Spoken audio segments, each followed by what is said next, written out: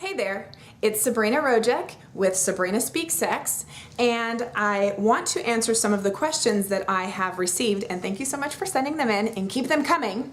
So one of the questions I have is, here's what she says. She says, Sabrina, I have been married for 11 years to the same loving husband, I love that you put that in there, and things have become stale. They've become very routine. And what can I do about this? Okay, I get this question all the time, truly, and it's because you're in these relationships that you've been in for a little while or for a lot of while, and things do become routine sometimes. And if you haven't already opened up that forum or that comfortability in talking about our sexuality, it's really interesting how often we don't talk about this with our partners, really. The expectations, our fantasies, what we came into the marriage or long-term relationship with, the ideas of what your sex drive was like and what mine was like.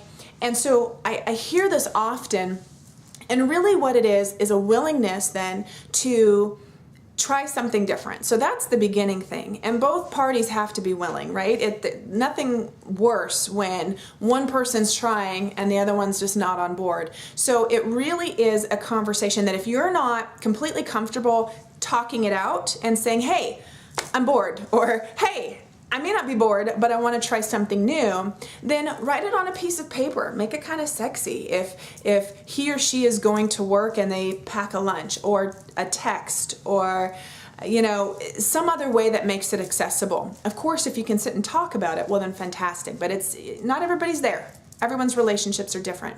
So it's bringing up, I'd like to try something different. What are your ideas? Here's some of my ideas. What if we tried X, Y, and Z? What do you think about this?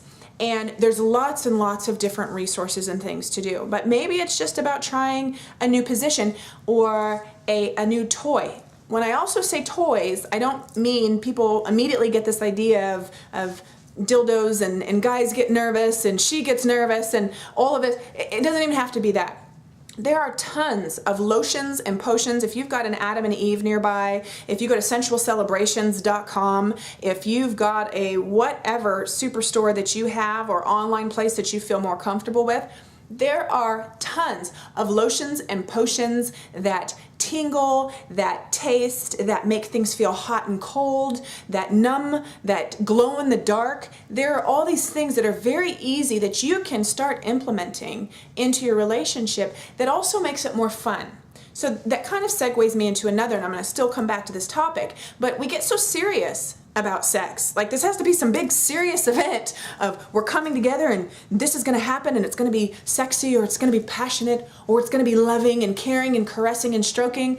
What happened to the fun? And that's, again, experiment with some stuff, because also, if you're trying something new and it's a conscious effort to try something new, sometimes silly stuff happens, and if you can't laugh it off, the whole night is ruined, and it doesn't need to be. So absolutely try different lotions and potions and things that you put on the wrist and start easy, and then taste it. And does it get hot or cold? Does it get tingly? And does it feel good there? Does it feel good on your neck? Does it feel good on your thigh or your ankle? It doesn't just have to be the one erogenous zone that we seem to only think matters.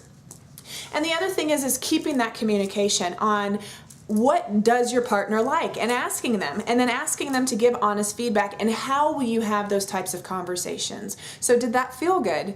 Do you like it when I do this? What would you like me to do? What would you like to try? And you really have to be honest and try not to judge each other here. That's not what it's about. It's about the other person being open to share, so that way you can make this spicier.